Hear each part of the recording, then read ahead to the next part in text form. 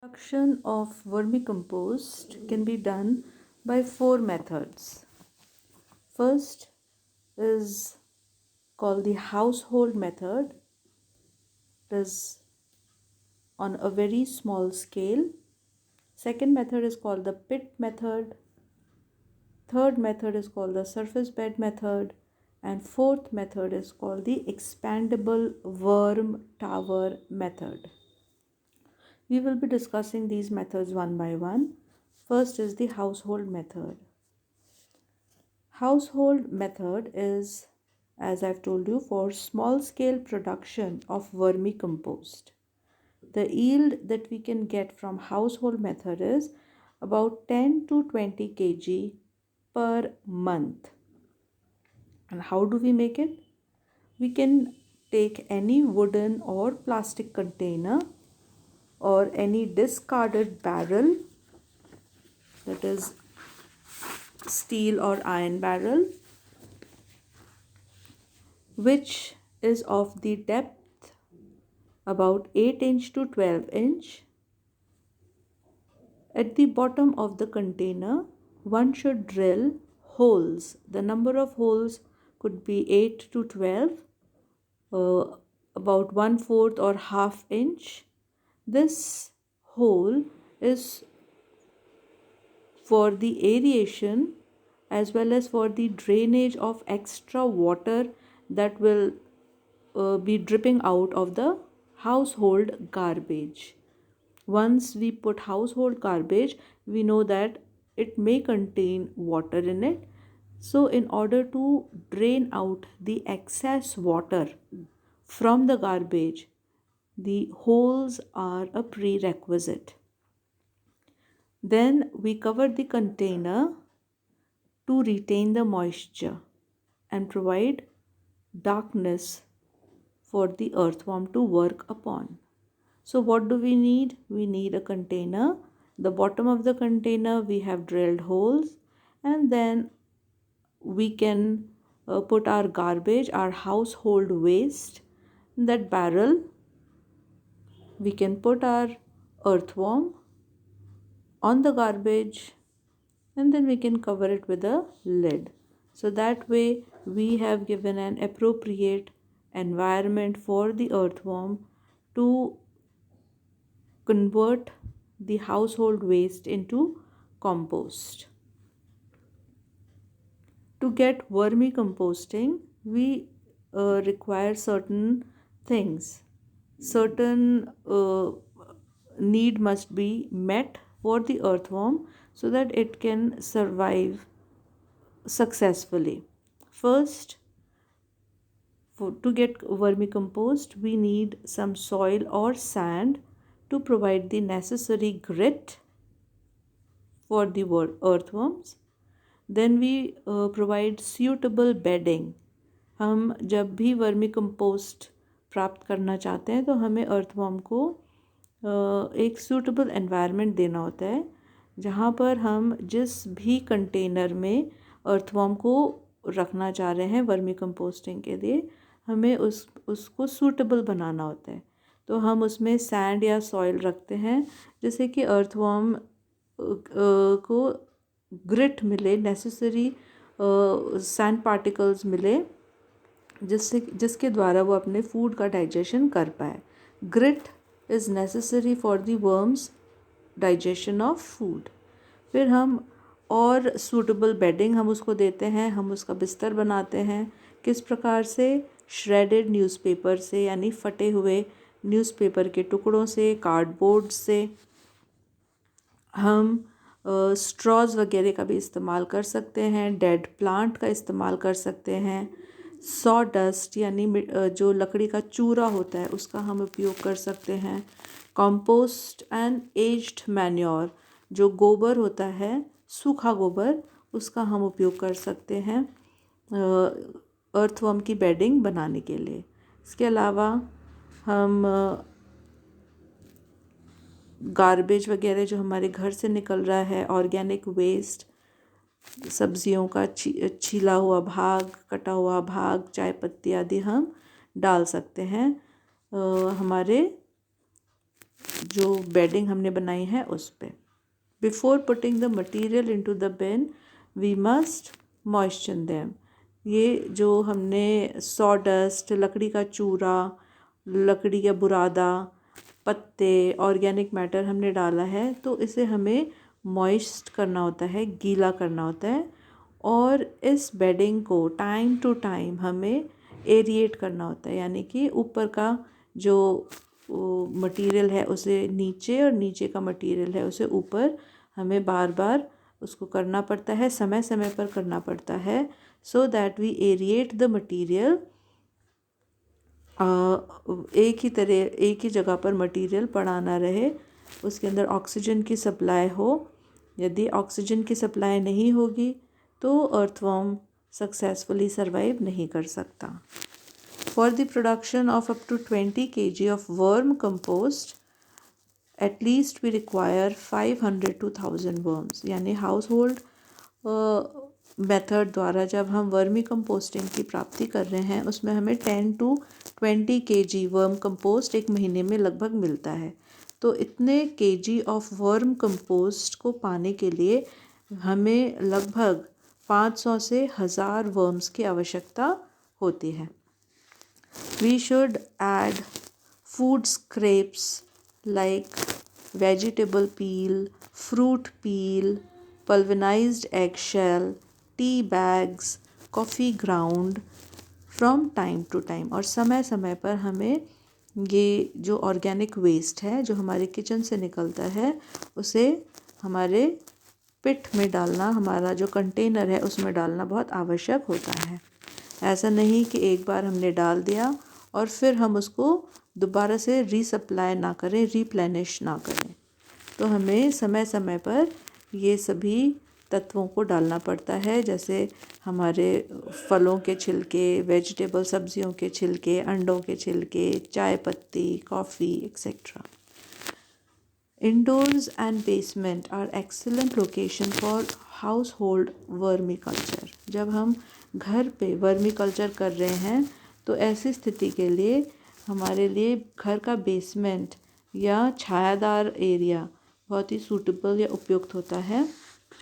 जब हम हमारे वर्मी कल्चर को हमारे घर में कर रहे हैं तो हमें उन्हें ऐसी जगह पे रखना होता है जहाँ से अनचाहे स्कैवेंजर्स जैसे पक्षियाँ या एनिमल्स, बिल्ली, कुत्ते उस जगह पे ना आएँ और वो जगह बारिश के पानी, आंधी आदि जगहों से सुरक्षित रहे। ऐसी स्थिति के लिए हमारे बेसमेंट्स जो होते हैं वो उपयुक्त स्थान होते हैं वर्मी कल्चर के लिए। The temperature should be maintained between 20 to 35 degree C। Temperature का भी ध्यान रखना हमें आवश्यक होता है। हमारा जो कंपोस्ट वर्मी कल्चर का जो हमारा पूरा असेंबली है वो ऐसी जगह पर नहीं होना चाहिए जहाँ पर सूरज की खूब तेज़ रोशनी पड़ रही है या वहाँ पानी बहुत अधिकता से पहुँच रहा है किसी भी कारण से। तो हमें हमारे जो असेंबली है उसको बहुत ही ध्यान से रखना होता है अगर हमें सक्सेसफुली वर्मी कंपोस्ट की प्राप्ति करनी है तो। If we want to get a continuous supply of vermicompost, we need to protect our assembly from direct sunlight, from exposure to rainfall, from getting exposed to wild animals like cat, dog or birds, so that our worms are not in danger and they are not fed upon by these scavengers। ये कुत्ते, बिल्ली, चिड़िया आदि आके हमारे जो system है, हमारी असेंबली है उसको ख़राब ना कर दें। Outdoor keeping of bin should be avoided. The bins could be used in shared garages also, but it should be noted that the assembly is out from hot sun and exposure to rainfall. It is very important to separate the worms from the finished compost। जब हमारा compost बनता है तो हमें हमारे अर्थ worms को finished compost से अलग हटाना बहुत ज़रूरी होता है। अगर हमने हमारे कंपोस्ट से वर्म्स को नहीं हटाया तो हमारे जो वर्म्स हैं वो मर सकते हैं। अब हम किस प्रकार से हमारे वर्म को हमारे कंपोस्ट से अलग करें? दो मेथड्स होते हैं। There are two methods which can be employed to separate the worms from the compost. दो तरीके द्वारा हम वर्म्स को कंपोस्ट से अलग कर सकते हैं। First method is to move the finished compost from one side of the bin. पहला तरीका ये होता है कि जहाँ पर कंपोस्ट पड़ा है एक कोने में, तो फिनिश्ड कंपोस्ट को हटा दिया जाए। Place a new bedding in the space created. जिस जगह से हमने फिनिश्ड कंपोस्ट को मूव कर दिया है, हटा दिया है, निकाल दिया है, तो उस खाली जगह को हम फ्रेश बेडिंग द्वारा भर सकते हैं। Put food waste in the new bedding. हम जो हमारा ऑर्गेनिक वेस्ट है उसको नए जो स्थान हमने बनाया है कंपोस्ट को हटाने के बाद, उस स्थान पर, उस खाली जगह पर हम हमारा फूड वेस्ट को डाल सकते हैं। The worms will gradually move over from finished compost into the new bedding. तो जो हमारे कंपोस्ट है वहाँ से हम जो हमारे वर्म्स हैं वो हम नए बेडिंग की तरफ, जहाँ हमने new bed of food waste डाला है, वहाँ पर वो आ जाते हैं। सेकेंड मेथड जो होता है वो है dump the entire material of the been on a large plastic sheet, separate the worms manually. दूसरा क्या तरीका है, जो हमारा पूरा असेंबली है उसको हम एक प्लास्टिक शीट के ऊपर गिरा देते हैं। जब हम हमारी असेंबली को प्लास्टिक शीट पे गिरा देते हैं तो वर्म्स भी हमें आसानी से दिख जाते हैं। तो वर्म्स को हम अपने हाथों से हटा लें और उस बिन के अंदर दोबारा से फ्रेश बेडिंग डाल दें। नया जो बेडिंग है, नया फूड ऑर्गेनिक वेस्ट मटेरियल है, वो हम डाल दें। तो इस तरीके से हम वर्म से कंपोस्ट को अलग करते हैं। अगर हमने वर्म को कंपोस्ट से अलग नहीं किया तो कुछ दिनों में वर्म्स जो हैं वो मर जाते हैं। Second method of vermicomposting is called the pit method. दूसरा जो तरीका है वो पिट मेथड है। पिट यानी कि एक खड्ड बनाकर, एक गड्ढा बनाकर हम हमारे जो अर्थवर्म हैं उनको प्लेस करते हैं। हाउस होल्ड मेथड के अंदर हमने किसी वुडन बैरल या प्लास्टिक बैरल या कंटेनर के अंदर हमने एक छोटी असेंबली की थी और इस कंटेनर की जो हाइट थी वो 8 इंच से 12 इंच के लगभग गहराई थी। पिट मेथड के अंदर ये थोड़ा सा लार्ज स्केल में प्रोडक्शन हो गया। एक और चित्र है हाउस होल्ड मेथड का, जहाँ पर आप देख रहे हैं कि ये सारा गार्बेज है, कंटेनर है, हमने छेद बना रखे हैं और इस तरीके से टाइम टू टाइम हम सप्लाई करते हैं फूड मटेरियल। पिट मेथड में हमें भी वही ध्यान रखना होता है, बेडिंग का एरिया जो है वो एरिएटेड होना चाहिए। और इसमें ये क्योंकि लार्ज स्केल में होता है, तो जैसे जो पिट है, जो खड्ड जो हम यूज़ कर रहे हैं, गड्ढा जो हम यूज़ कर रहे हैं, उसका डायमेंशन भी बड़ा होना चाहिए। लगभग 2 मीटर लंबाई में, 1 मीटर गहराई में, 2 इंटू 1 इंटू 1 लेंथ, ब्रेड्थ और हाइट। ठीक है, इस डिमेंशन में होना चाहिए। लेंथ, ब्रेड्थ, हाइट कितनी होनी चाहिए? 2 metre into 1 metre into 1 metre. और ये जो खड्ड है इसमें भी हमें लेयरिंग करनी पड़ती है। सबसे पहले हम 5 सेंटीमीटर ऑफ ब्रोकन ब्रिक्स हम डालते हैं। ब्रिक्स को तोड़ तोड़ के इस पिट या खड्डे में हम पहले डालते हैं, जिसकी जो लंबाई कितने थिक होनी चाहिए? लगभग 5 centimetre thick layer of broken bricks, टूटे हुए ईंट लगभग 5 सेंटीमीटर की लेयरिंग पे हम डालते हैं। फिर हम डालते हैं 15 to 20 centimetre thick layer of good loamy soil. फिर जो दूसरी लेयर हमारी बनानी है वो 15 से 20 सेंटीमीटर थिक होनी चाहिए। Good loamy soil, fertile soil से हम वो बनाते हैं।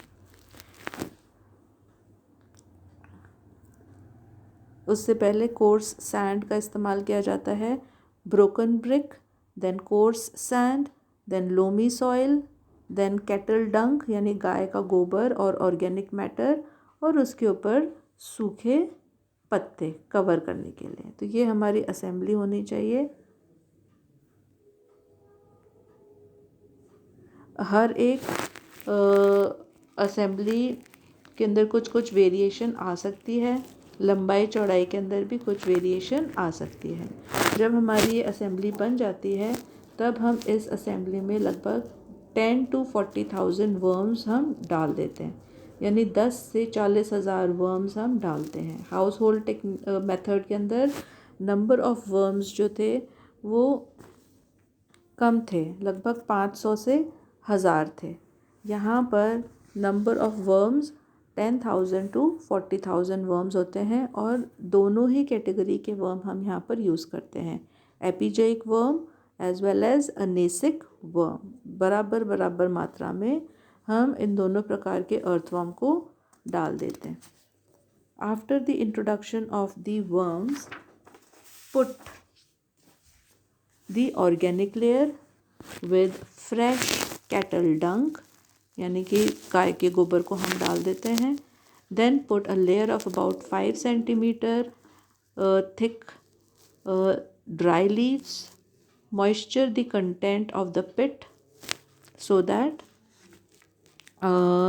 the earthworm does not die of desiccation। सूखा नहीं होना चाहिए, जो भी हमारा असेंबली है वो उस प्रॉपर तरीके से उसमें मॉइस्चर होना चाहिए, but over moisturing should be avoided, यानी ज़्यादा पानी भी उसमें नहीं डालना चाहिए। Flooding of water should be avoided. After 4 weeks wet organic layering is put. 4 हफ्ते के बाद अगेन जो ऑर्गेनिक लेयर है वो दोबारा से डाला जाता है, फ्रेश कैटल डंक दोबारा से डाला जाता है। This is repeated after every 3 to 4 days, और फिर 3 से 4 दिन के अंतर में जो वेट ऑर्गेनिक लेयर है वो लगातार डाला जाता है until the pit is nearly full। ऐसा तब तक लेयरिंग डाली जाती है जब तक कि हमारा जो पिट है वो पूरा भर ना जाए। At maturation addition of water is stopped, और कुछ समय बाद जब कंपोस्ट वगैरह बनने लग जाते हैं तब वाटर डालना बंद कर दिया जाता है। The compost is